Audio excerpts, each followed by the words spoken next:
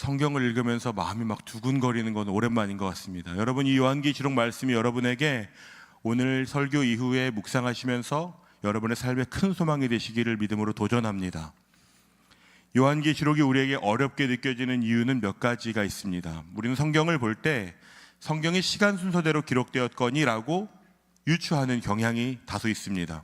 그런 책들이 일부 있습니다. 역사서라고 할 수 있는 책들은 정말 시간 순서대로 기록이 되어 있습니다. 그런데 요한계시록이나 몇몇 성경 안에 있는 본문들은 시간 순서대로 기록되어 있지 않아서 이것이 지금 이 전 이야기와 어떻게 연결되어 있는지를 잘 살펴봐야 하는 책들이 있습니다.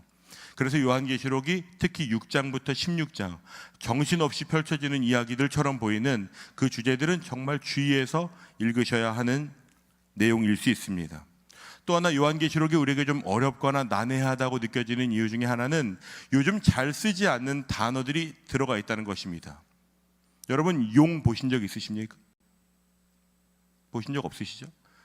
잘 쓰지 않는 단어들, 마치 무슨 공상과학 영화에서나 나오는 그런 표현들이 들어가 있어서 좀 어렵게 느껴지는 경향이 있습니다. 그리고 이것이 이 글자를 내가 문자적으로 읽어도 괜찮은 건지, 혹은 이것이 어떤 숨겨진 의미가 있는 건지를 판단하기가 조금 까탈스러울 때가 있습니다. 그래서 성경 통독을 도전하다가 마지막에 큰 산을 만나 에베레스트에게 난 졌어, 그런 분들이 종종 계실 수 있다고 생각하지만, 여러분, 이 요한계시록 안에서 같은 단어를 본문 안에서는 어떻게 사용하는지 신천지는 이걸 가지고 아주 재미있게 해석합니다. 성경 안에 있는 표현들, 요한계시록이 아니라 다른 본문 안에 있는 걸로 그 단어만 가지고 와서 이건 이런 뜻이야 라고 비유풀이를 하는 일들을 볼 수 있는데, 여러분 한번 이번에 요한계시록을 읽어가시면서 계시록 본문 안에서 똑같은 단어는 어떻게 쓰이고 있는지를 가지고 한번 해석해 보시는 것을 도전해드리고 싶습니다. 앞으로 나누게 될 요한계시록은 여러분 좀 잘 다루어지지 않는 본문들 중에 하나라서 몇 가지 좀 설명을 드릴 필요가 있을 것 같습니다. 계시록은 크게 세 가지의 장르로 구성되어 있는데 장르는 참 중요합니다. 한번 상상해 보시겠어요? 청량한 여름날 청춘 영화에서 남녀 주인공이 벤치에 나란히 앉아서 이렇게 어깨를 기대며 이야기합니다. 날씨가 너무 좋아. 그럼 어떤 생각이 드세요? 막 첫사랑의 추억이 생각나시나요? 너무 오래돼서 기억조차 나지 않나요? 뭔가 그런 푸릇푸릇한 분위기, 무슨 이런 대만 영화, 홍콩 영화 같은 데서 보이는 그런 분위기가 딱 느껴지시죠? 그런데 느와르 영화, 어떤 싸움을 주로 하시는 분들, 한글보다 욕이 더 많은 그런 영화들 있잖아요. 그런 영화에서 남자 주인공이 날씨가 참 좋구만, 그럼 아무도 그 청량한 분위기, 첫사랑의 추억, 막 푸릇푸릇한 색깔 자체가 그렇지가 않아요. 검고 회색이고 빨갛고. 그러니까 장르는 중요하다고요. 어떤 문장을 보면서 내가 멋대로 해석하고 싶은 대로 해석하시면 안 될 때가 있습니다. 느와르 영화를 보면서 너무 낭만적이야, 그거 좀 이상한 거잖아요. 그런 장르들이 좀 있습니다. 첫 번째는 편지입니다. 1장 4절 우리가 함께 읽었는데 우리 노란색 글씨만 한번 읽어보겠습니다. 요한은 아시아에 있는 7 교회에 편지하노니. 여기 해석할 게 뭐가 있어요? 요한은 아시아에 있는 7 교회에 편지했다고. 편지는 상징일까? 뭐 이런 생각 하시지 않아도 괜찮단 말이에요. 편지는 누군가가 대상에게 내가 뭔가 전하고 싶은 마음이 있어서 보내는 것이죠. 그것이 바로 편지입니다. 그래서 편지는 당시에 어떤 배경 안에서 이 편지가 쓰여져 있는지를 조금만 공부하시면 편지의 내용을 정말 풍성하게 이해할 수 있어요. 공교롭게도 제가 내일 새벽에 라오디게아 교회를 가지고 설교합니다. 그러니까 궁금하신 분들은 내일 설교를 한번 들어보시고, 라오디게아라는 동네는 물이 아주 부족한 곳이었대요. 그러다 보니까 이 라오디게아라는 곳은 북쪽으로부터, 여러분 파묵칼레라고 들어보셨어요? 여행 유튜버들이 종종 가는 곳입니다. 세계 유네스코 문화유산으로 지정되어 있는 곳이고, 지금은 히에라폴리스라고 하는 터키에 있는 여행지 중에 하나예요. 엄청난 여행지입니다. 저기에서 석회 뜨거운 물, 그 온천수를 가지고 오는 거예요. 라오디게아라는 곳까지. 그리고 동쪽으로는 골로세라는 곳에서부터 뭘 가져오냐면 얼음물을 가져옵니다. 그러니까 북쪽에서는 뜨거운 물을 가지고 오고 동쪽에서는 얼음물을 가지고 오는 거예요. 저 물들이 모이고 모여서 라오디게아라는 동네에 오니까 물이 어떻게 됐을까요? 뜨거운 건 좀 미지근해지고 차가웠던 건 또 미지근해지는 거예요. 그러니까 라오디게아 성도들에게는 요한이 너희는 차지도 뜨겁지도 않아라고 말했던 것이 다른 설명이 필요하지가 않았을 겁니다. 와, 이거 완전 우리 얘기네. 우리가 맨날 먹고 마시는 그 물, 바로 그 얘기구나. 너희들은 실상 본다고 하지만 보지 않고 있어. 그 동네는 안과로 유명했던 동네거든요. 사람들이 눈이 좀 안 좋은데 그럼 라오디게아에 가보세요. 거기에서 주는 약이 있거든요. 그거 먹으면 한 방에 낫는 사람들이 있던데요. 그런 이야기들이 있었다고요. 지진이 났는데 황제가 내가 이 도시에 얼마를 줄까라고 물어봤습니다. 그런 라오디게아 부자들이 뭐라고 했는지 아세요? 우리 걸로도 충분히 복구하고도 남습니다. 너희들은 나는 부자야 라고 말하는, 그러니까 편지를 보실 때 여러분 그 교회가 어떤 상황, 어떤 지역, 어떤 배경에 있었는지를 보면 해석하지 않아도 편지는 말 그대로 이해할 수 있습니다. 그래서 1장부터 3장까지는 묵상을 그렇게 하시면 아주 쉬워요. 두 번째 장르는 예언서입니다. 1장 3절에 이렇게 기록되어 있습니다. 이 예언의 말씀을 읽는 자와 듣는 자와 그 가운데 기록한 것을 지키는 자는 복이 있나니. 여러분은 예언이라고 하면 무엇이 떠오르세요? 일반적으로 예언이라고 하는 말을 쓸 때는 미리 예자를 씁니다. 그래서 미리 어떤 일이 벌어질 걸 땡겨서 알아주는 거죠. 내일 모레 내가 물벼락을 맞을까요? 안 맞을까요? 제가 이번 시험은 어떻게 준비해야 될까요? 저는 결혼을 언제쯤 하게 되죠? 뭐 이런 거 있잖아요. 사람들은 그런 미래에 궁금해합니다. 그런데 재밌게도 성경이 말하는 예언은 그것과 좀 다른 단어를 쓰고 있어요. 성경에서는 이 예언이라는 말을 할 때 우리가 흔히 말하는 저축 예금, 그럴 때 쓰는 표현을 씁니다. 그러니까 이건 맡겨놓는다는 것이죠. 하나님께서 어떤 특정한 사람에게 너 이거 누군가에 가서 말해라 라고 하실 때 그 말씀을 하나님으로부터 받아서 나는 그걸 전달해주는 메신저 역할을 하는 거예요. 배달만 하는 거죠. 그것이 바로 예언입니다. 그러니까 하나님께서 요한에게 가서 말해줘 라고 하시는 그 말씀을 요한은 전달했을 뿐이에요. 이건 하나님의 말씀이죠. 지금 왜 이런 일이 일어나고 있는지, 왜 이런 일이 일어났고 앞으로는 어떤 일도 일어나게 될 것인지. 그러니까 어떤 학자는 이렇게 얘기하더라고요. 성경 안에서 예언을 다 추려서 구약 성경에 어떤 예언들이 있지라고 했을 때 미래에 대한 것보다는 90%가량이 현재 지금 어떤 일이 일어나고 있는지를 다루고 있다고. 하나님은 그러니까 미래를 점치는 목적으로 사용할 분이 아닙니다. 여러분, 하나님께 기도하실 때 하나님 제 미래를 좀 알려주십시오. 원하면 알려주실 수 있겠지만 하나님의 관심은 언제나 지금에 있습니다. 여러분이 지금 어떻게 살아가야 되는지, 오늘을 어떻게 살아가며 결정해야 되는지, 수많은 선택 가운데 여러분이 어떤 결정을 내려야 하는지 하나님은 그것을 알려주고 싶으십니다. 그러니까 말씀을 보셔야 돼요. 그러니까 기도할 때 주님 오늘도 제게 무엇을 선택하고 어떤 길을 걸어갈지 지혜를 주십시오. 용기를 주십시오. 제가 말씀을 따라 선택하게 하십시오. 이 기도가 훨씬 하나님께서 기뻐하시는 기도일 것 같습니다. 마지막 세 번째 장르는 우리가 좀 어려워하는 단어입니다. 1장 1절을 함께 읽어보겠습니다. 예수 그리스도의 계시라. 이는 하나님이 그에게 주사 반드시 속히 일어날 일들을 그 종들에게 보이시려고 그의 천사를 그 종 요한에게 보내어 알게 하신 것이라. 이것은 계시라고 하기도 하고 묵시라고 하기도 합니다. 너무 감사한 게 있다면 1절에 이렇게 기록되어 있어요. 반드시 속히 일어날 일. 그러니까 속히 일어날 일이니까 이 일은 정말 하나님께서 이루실 것입니다. 제가 신학대학원을 다닐 때 어떤 수업을 들으면서는 마음이 부대끼는 게 있었어요. 제가 알고 믿던 믿음과 좀 다른 배움의 영역들이 있었습니다. 그런데 그 가운데서 정말 제게 은혜가 됐던 한 교수님의 말이 있었습니다. 그건 뭐냐면 성경에 있는 마지막으로 이루어지지 않은 단 하나의 약속이 있다면 그것은 예수님께서 다시 오시겠다고 하신 겁니다. 남은 모든 약속, 그것이 만약 99개라고 했을 때 그 99개가 다 이루어졌다면 이 한 개가 이루어지는 것은 과학적으로도 너무 자명한 일이에요. 그러니까 믿으세요. 저에게 엄청난 은혜가 됐어요. 여러분, 이 일들은 반드시 이루어질 것이라고 합니다. 그러니까 예언으로 기록한 것은 무언가 이유가 있겠죠. 곧 일어날 일인데 지금은 대놓고 다룰 수가 없는 상황이거나 분위기이거나 무언가 특정한 이유가 있는 것이에요. 우리나라 사람들은 일제강점기를 간접적으로 경험했고 그래서 일본에 대한 여러 가지 마음과 해석들이 있습니다. 그런데 그때 당시에 일제강점기일 때는 우리가 일본에 대해서 뭔가 적극적으로 표현하면 잡혀가는 시기였어요. 기자들도 마찬가지고 문학을 쓰는 작가들도 마찬가지였습니다. 그러니까 자꾸만 빗대어서 말하게 되는 거죠. 제가 고등학생 때 진짜 혼났던 선생님이 계세요. 심지어 성도 계신지 모르겠지만 피자를 쓰시는 선생님이었어요. 학생 주임 선생님이었거든요. 그래서 저도 진짜 많이 맞았고 제 친구들도 진짜 많이 맞았습니다. 요즘은 학교에서 그런 일이 일어나지 않잖아요. 근데 저는 그런 일을 꽤 겪었어요. 진짜 말을 안 들었겠죠. 처음부터 때리시지는 않았을 거예요. 누적되어 있는 게 있었겠죠. 그러니까 너무 누적되니까 나중에는 저희끼리 약속했어요. 휘파람을 불자. 그래서 그 선생님이 저 멀리 복도에서 오시면 휘파람을 부는 거예요. 아니면 좀 더 가까이서는 야 바람 분다 이렇게 얘기하기로 했어요.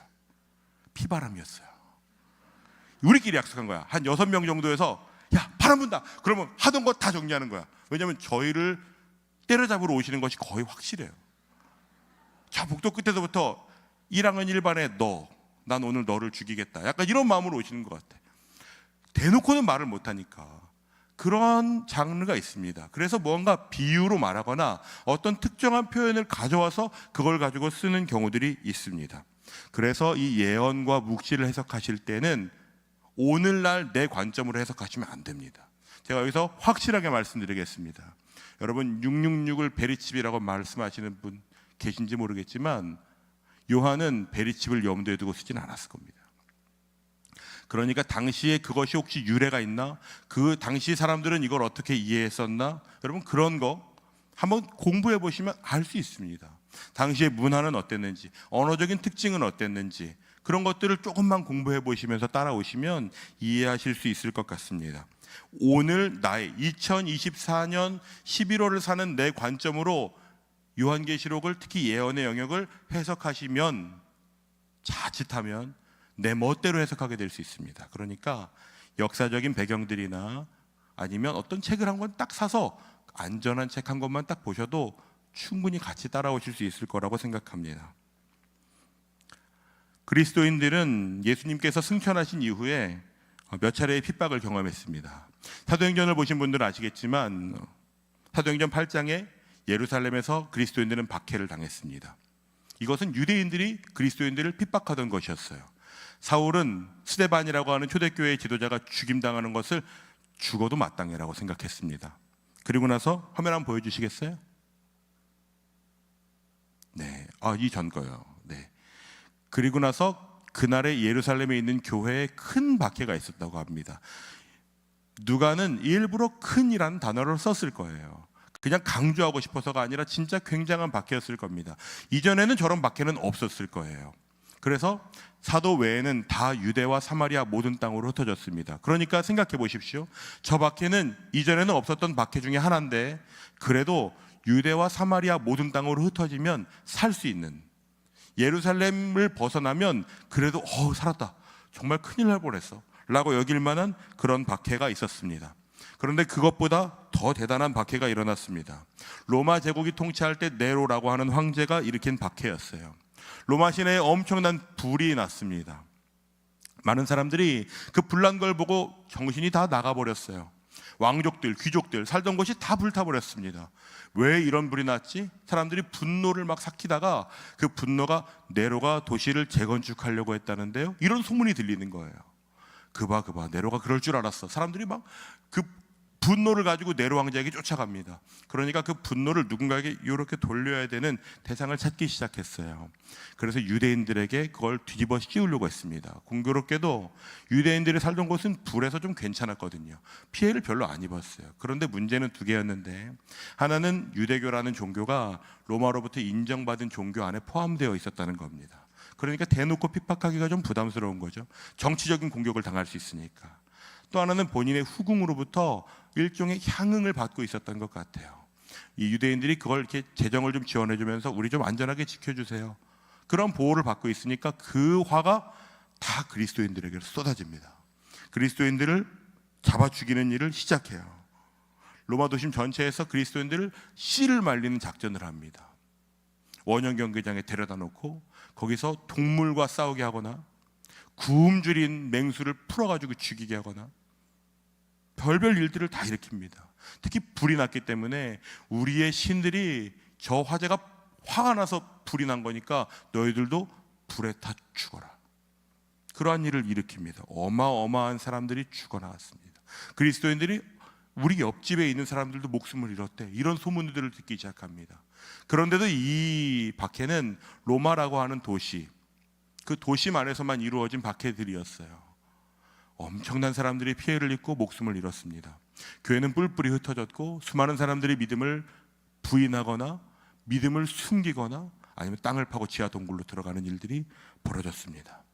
그런데 이것과 비교할 수 없는 또 하나의 박해가 일어났는데 주후 92년에서 96년 사이에 있었던 도미티아누스라고 하는 황제가 일으킨 박해입니다.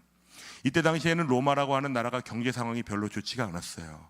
그래서 이 도미티아누스라고 하는 황제가 원로원들의 마음을 살려고 어떤 계획을 세우냐면, 자자 우리의 신들의 마음을 위로해 드립시다. 그러한 일들을 일으켜요. 그리고 부자들의 돈을 다 뺏어서 그걸 나라의 국고로 다 넣는 일들을 시작합니다. 그러니까 사람들의 마음을 사야 되겠죠.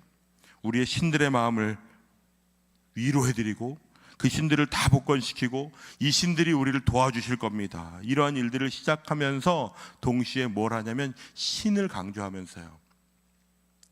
옥타비아누스라고 하는 황제는 죽고 나서 얼마나 위대한 왕이었는지 원로원들이 그 사람을 신처럼 여겨줬거든요.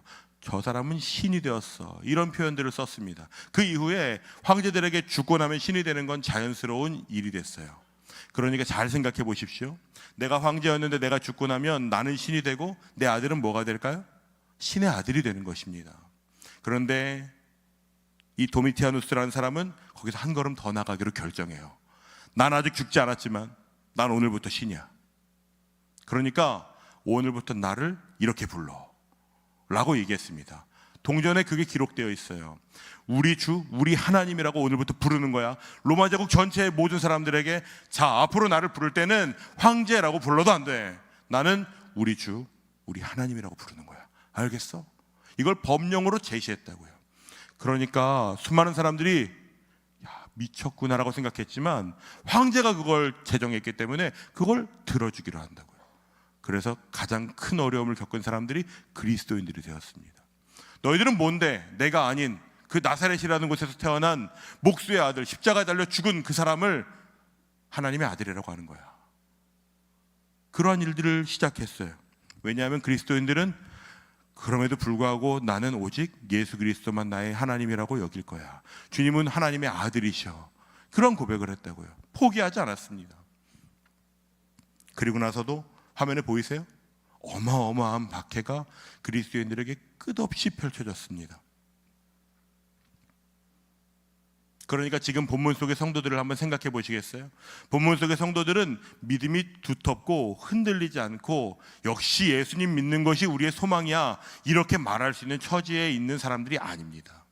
도미티아누스라고 하는 황제의 칼끝이 지금 내 목에 닿아 있는 사람들이라고요.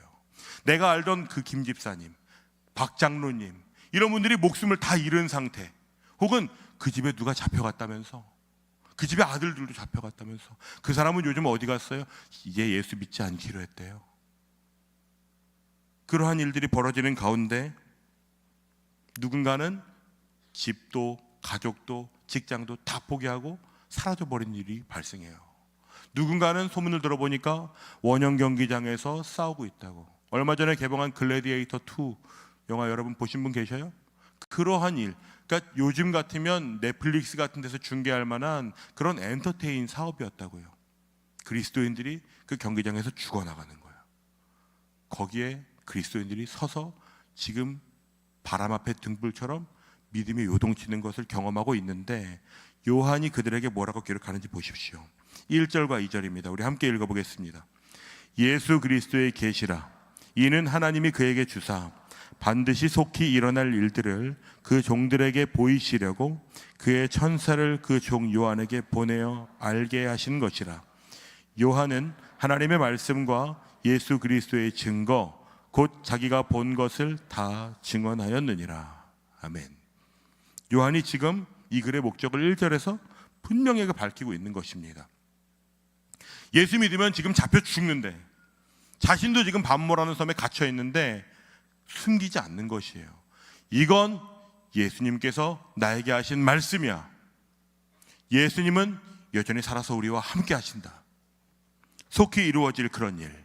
지금 요한이 제일 강조하고 싶은 것은 요한계시록이라는 책에서 그래서 마지막에는 어떤 일이 벌어지지도 있지만 그것보다 더 먼저 제일 힘주어서 말하고 싶은 것은 예수 그리스도입니다.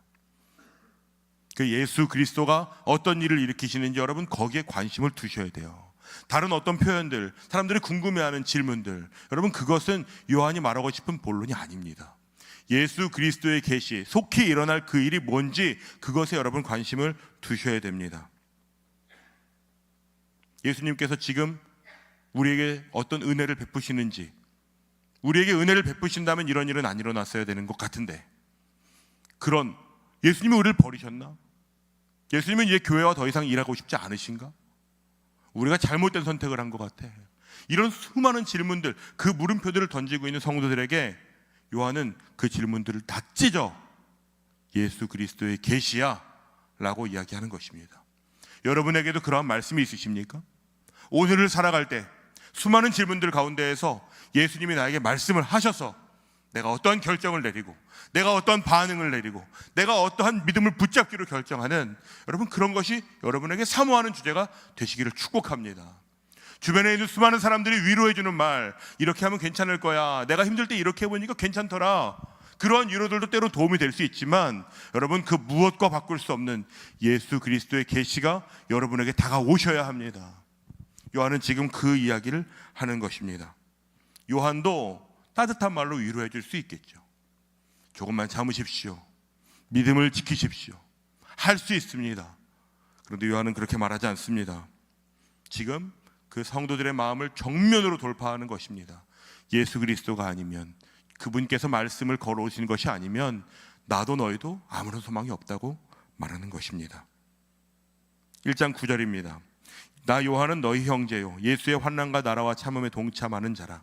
하나님의 말씀과 예수를 증언하였으므로 말미암아 반모라 하는 섬에 있었더니. 다른 모든 사도들은 이미 다 죽임을 당했습니다.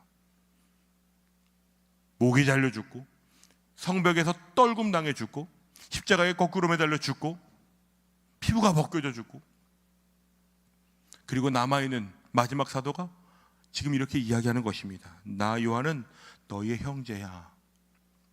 여러분 이것만큼 위로가 어디 있겠어요? 그 힘든 거 내가 경험해 본 사람이 있다면. 그러니까 여러분 혹시 여러분의 인생에 좀 어려운 일이 생긴다고 너무 하나님을 원망하지 마십시오. 먼저 그 길을 걸어가 본 사람이 때로는 내 뒤에 따라오는, 내 직장에서 예수 믿느라 예수 믿는데 삶이 어떻게 이렇죠? 라고 말할 때 내가 그렇게 살아보았다고 삶으로 보여줄 수 있는 그런 사람이 때로는 필요합니다. 요한이 지금 나도 너희와 같이 그 길을 걷고 있다고, 이건 엄청난 위로가 되었을 겁니다. 예수님이 우리를 버리셨나라는 질문 앞에 사도 요한이 우리의 형제래.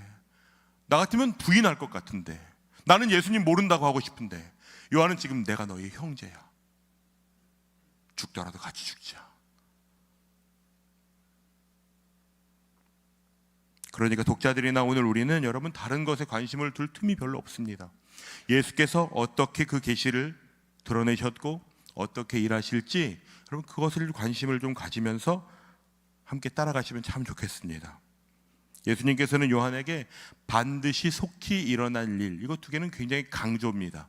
반드시 속히 일어날 일을 알게 하셨고 요한은 그 알게 하신 대로 증언했습니다. 말빨이 좋아서 생동감이 있게 증언할 수 있으면 좋겠지만 그렇지 않더라도 좋은 증인은 어떤 거예요? 내가 보고 들은 대로 말할 수 있는 거예요. 제가 연초에 비접촉 사고를 당했습니다. 오토바이가 사각지대에서 나오는 거예요. 저는 꽤 쫄보여가지고 천천히 갔거든요. 그리고 살짝 멈출랑 말랑하다가 이제 아무도 안 오는구나 하고 쭉 갔다고요. 그래서 저를 보고 오토바이가 넘어졌어요. 비접촉 사고가 났습니다. 억울한 거예요. 근데 오토바이 기사님은 제가 잘못했다는 거예요. 제가 아무리 블랙박스를 돌려봐도 난 정말 잘못이 없는데, 그 주변 사람들한테 혹시 보셨냐고 물어보고 싶었어요. 아무도 보지 않았어. 왜? 다 핸드폰만 하고 있었거든요. 그럴 때 만약 어떤 꼬맹이가 나타나서 제가 봤어요, 차가 멈추려고 했고 오토바이가 빨리 왔어요, 그러면 얼마나 고맙겠어요. 막 진짜 있는 거 다 사주고 싶을걸요. 그러면 여러분, 말을 잘하고 못하고가 중요해요? 중요하지가 않다고요. 그 아이가 정확하게 봤고 사실대로 이야기했고 그게 CCTV랑 똑같으면 그 아이가 몇 살이든 말을 잘하든 설령 그 아이가 외국인이든 상관없이 그 증거의 효력이 있는 것 아니겠어요? 그러니까 요한은 지금 보고 말한 그대로를 이야기하는 것이에요. 어떻게 그럴 수 있었을까요? 요한이 그런 사람을 한 명 만났었거든요. 1장 5절입니다. 함께 읽어봅시다. 또 충성된 증인으로 죽은 자들 가운데에서 먼저 나시고 땅의 임금들의 머리가 되신 예수 그리스도로 말미암아 은혜와 평강이 너희에게 있기를 원하노라. 우리를 사랑하사 그의 피로 우리 죄에서 우리를 해방하시고 그의 아버지 하나님을 위하여 우리를 나라와 제사장으로 삼으신 그에게 영광과 능력이 세세토록 있기를 원하노라. 아멘. 예수님이 어떻게 살아가셨는지를 그는 직접 보았단 말이에요. 충성된 증인으로 사는 게 무엇인지. 성도들은 지금 도망치고 싶고 요한도 어쩌면 너무 외로웠을지 모르죠. 반모라는 섬에서 나와 함께 신앙생활했던 믿음의 추억을 가졌던 모든 사도들은 다 죽임을 당했고 나 혼자 늙어서 이곳에서 살아가고 있는, 어쩌면 외롭고 두려운 마음이 들었을 것이라고요. 그때 요한은 기억했을 것입니다. 충성된 증인이신 예수 그리스도, 그분이 어떻게 살아가셨지? 그분은 십자가를 어떻게 지셨지? 그분은 자신에게 맡겨진 사명을 어떻게 감당하셨지? 그것을 기억했을 것이라고요. 지금 그분이 눈앞에 보이는 도미티아누스라고 하는 황제보다 훨씬 더 강한 권력을 가지고 분명하신 힘을 가지고 온 땅의 임금들의 머리가 되셨다고 이야기하고 있는 것입니다. 성도들은 지금 두려워요. 고난 가운데 마음이 흔들립니다. 그런데 요한은 예수님께서 가신 길이 있어 라고 그 길을 소개해 주는 것이에요. 여러분 혹시 그 길을 좀 소개해 주는 삶을 살아보시고 싶지 않으십니까? 예수님께서 걸어가셨던 그 길을 나도 따라갈 거야. 그 길을 여러분의 업종에서, 여러분의 전공에서, 여러분의 일상에서 미리 걸어가 본 사람을 좀 만나보기 원하시는 간절한 마음을 가져보세요. 그런데 아무리 찾아도 없다. 그러면 여러분에게 그 사명이 있는지도 모릅니다.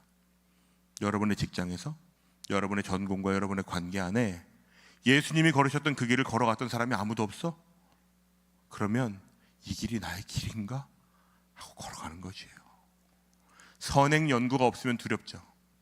큰일입니다. 그런데 그 논문이 끝나면 그 누구도 걸어본 적 없는 길에 영광을 얻게 됩니다.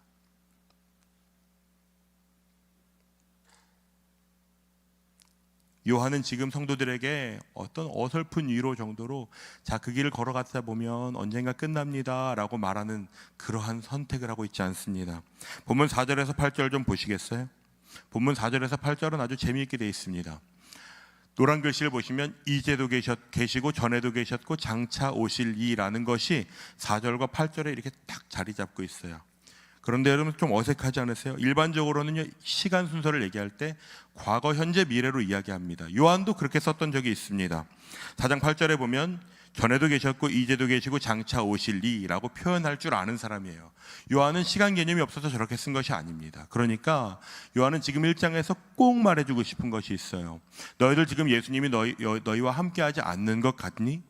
예수님이 너희의 어떠한 기도를 듣지 않으시는 것 같니?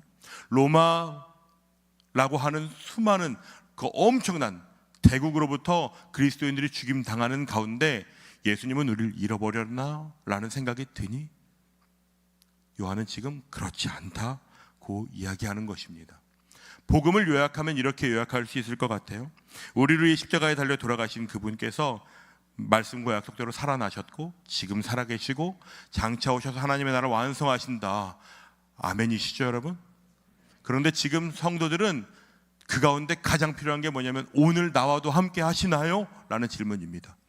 여러분 생각해 보세요. 여러분의 일상에 예수님 정말 함께하고 계십니까? 때때로는 나는 버리셨나? 나는 잊어버리셨나? 그런 마음 들 때가 없으세요? 그러한 성도들에게 지금 요한은 예수께서 너희와 함께 계시다고 이야기하고 있습니다. 이것이 엄청난 위로가 되었을 겁니다. 예수님이 나를 버리신 것이 아니구나. 그렇다면 이유가 있는 거 아닐까? 그렇다면 우리가 겪어야 하는 이 고난과 이 시름 가운데 이유가 있는 것은 아닐까? 왜요? 예수님이 그 고난을 이미 당하셨다고요. 이 땅 가운데 눈물을 흘리고 땀을 흘리고 피를 흘리고 죽음 앞에 서보신 분이시라고요. 겟세마네라고 하는 곳에서 예수님은 땀이 핏방울처럼 될 만큼 이 잔을 내게서 옮겨달라고 하나님 앞에 어쩌면 좀 구차해 보이도록 목숨을 구걸해 보신 분이시라고요. 그런데도 예수님께서 그 십자가를 지시는 분이시잖아요. 그러니까 예수님이 성도들이 겪고 있는 고난과 두려움과 싫지 않은 고통을 이미 겪어보셨다고요. 그러니까 그분이 어떻게 우리에게 역사하시는지를 여러분 보셔야 됩니다. 땅의 임금들의 머리인 내가 너희에게 은혜와 평강을 주겠다고 말씀하시는 것입니다. 세상은 지금 믿음을 떠나면 은혜와 평강이 생길 것 같이 우리를 유혹하는데 예수님은 지금 그 은혜와 평강이 나에게 있는 거야 라고 말씀하고 계십니다. 그렇다면 여러분에게 그 은혜와 평강이 되는 주제는 무엇이세요? 적금 들어놓은 거, 투자했던 거, 지금의 연애가 성공해서 결혼에 꼴이 나는 거, 이번 프로젝트 잘 돼서 좋은 회사에 이직하는 거. 솔직하게 우리의 마음에는 그게 은혜와 평강이 될 것 같은 마음이 들잖아요. 제자 훈련하시는 분들 곧 끝나죠. 인스타그램부터 깔고 싶을 거 아니에요. 전역을 해보시니까 은혜와 평강이 찾아왔나요, 형제님? 종강이 되면 은혜와 평강이 있을까요? 논문 과정이 끝나면 은혜와 평강이 있던가요? 해외 직구로부터 제가 9개월 동안 지갑을 기다렸던 적이 있어요. 알래스카에서 멈춰가지고요 다시 시켰어요. 진짜 기다렸어요. 그거 받으면 3초 가던데요. 지금 예수님께서는 무엇을 말씀하시는지 아세요? 세상에 줄 수 있는 그런 것과 비할 수 없는 내가 너희에게 그 믿음을 지켜 요동치는 믿음 가운데 다시 예수 그리스도를 주목하기로 결정하는 그 믿음 앞에 생명이 있다고 말씀하시는 것이에요. 그것이 은혜와 평강이 된다는 말씀이십니다. 어떻게요? 어떻게? 1장 8절 함께 읽어보겠습니다. 주 하나님이 이르시되 나는 알파와 오메가라. 이제도 있고 전에도 있었고 장차 올 자여 전능한 자라 하시더라. 예수님께서 이렇게 말씀하시는 것이에요. 내가 시작한 일을 내가 반드시 끝낼 거야. 여러분, 그렇다면 그것을 믿는 믿음으로 기다려볼 수 있는 것이죠. 전능하신 주님, 이제도 계셨고 전에도 계시고 장차 오실 주님께서 내가 시작한 일 내가 끝낼 거야 라고 말씀하신다면 여러분, 그것이 우리의 소망이 되기에 충분한 것입니다. 그럼 여러분, 어떤 마음으로 오늘을 살아가 보시겠어요? 이 마주한 요한계시록이라는 본문을 어떻게 좀 읽어 가시겠습니까? 세상 앞에서 적당한 믿음으로 평온하고 어려움을 겪지 않는 삶을 꿈꾸면서 내가 투자한 것이 2배가 되고 3배가 되고 내가 담당한 일이 엄청난 성과를 내고 사람들로부터 박수갈채를 받고 너 진짜 대단한 사람이야, 너만한 사람이 없어, 이런 인정을 받고 보는 시험마다 족족 다 합격하고 그런 삶을 꿈꾸면서 살아가시겠어요? 어떤 사람은 이 요한계시록을 보면서 미스테리하고 복잡한 이야기들 가운데 너 이거 모르지? 난 이거 알아. 야, 이게 이런 뜻이래. 그렇게 살아가시겠어요? 아니면 하나님의 백성으로 수많은 핍박과 두려움 가운데에서 믿음을 지켜 살아가기로 예수 그리스도의 계시가 오늘 나에게 말을 걸어오시기를 기대하는 마음으로 그것을 좀 기대하면서 살아가시겠어요? 주님, 제게 말씀을 좀 걸어주십시오. 제가 이 말씀을 읽어갈 때 오늘을 살 수 있는 믿음과 힘을 좀 부어주십시오. 저는 초대교회 성도들처럼 목숨을 협박받으면서 예수를 믿는 것도 아닌데 아주 작은 일에 마음을 쏟고 아주 작은 상황에 마음을 요동치고 한 걸음 간신히 걸어가 놓고 한 10걸음은 뒤로 빨리 도망치는 사람 같은데 그러한 저에게 지금 찾아와 주십시오. 지금 제게 계시하여 주십시오. 세상에 있는 다른 것을 너의 신으로 여겨라고 유혹하는 수많은 유혹 속에 나는 오직 예수 그리스도만을 나의 주, 나의 하나님으로 여기면서 살아가겠어. 이 믿음을 좀 구하면서 나아가시겠어요. 감사한 것은 여러분, 계시가 더 이상 비밀이 아니라는 겁니다. 이미 다 드러나 있습니다. 예수께서 이 모든 일의 시작과 끝이라면 여러분, 지금 예수님 오셔도 괜찮다라는 믿음이 우리에게 있는 건 아니에요? 그런데 왜 이렇게 일희일비하며 삽니까? 두려움 가운데 사셔요. 간절히 이렇게 좀 기도하면 좋겠습니다. 예수 그리스도께서 오늘 나와 함께 하시니 내가 이 길을 거뜬히 걸어가겠습니다. 나는 요동을 치고, 나는 혼란스럽고, 나는 수많은 뒷걸음질을 이미 많이 쳐서 이제는 더 앞으로 걸어 나아갈 용기도 없는데, 그런 제게 주님 말씀하여 주십시오. 주님만이 나의 하나님이심을 믿는 믿음으로 저도 그 한 걸음을 다시 걸어보겠습니다. 이 믿음의 결단으로 나아가시는 우리 사랑하는 모든 청년들이 되시기를 축복합니다. 우리 이 찬양을 우리의 믿음의 고백으로 좀 올려드리고 싶습니다. 여러분, 주님만이 우리 하나님이 되십니다. 믿으십니까?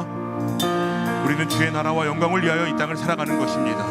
주님이 오늘 다시 오시더라도 아멘 주 예수여 다시 오시옵소서. 제가 주님을 기다렸습니다. 그 믿음으로 주님께 온 영광을 올려드리기 위해 오늘을 사는 것입니다. 다른 어떤 거짓 진리 앞에 여러분의 삶의 소망과 기대를 두지 마시고 오직 주의 이름 앞에 우리의 모든 소망을 드리기를 축복합니다. 우리 찬양 함께 고백합시다.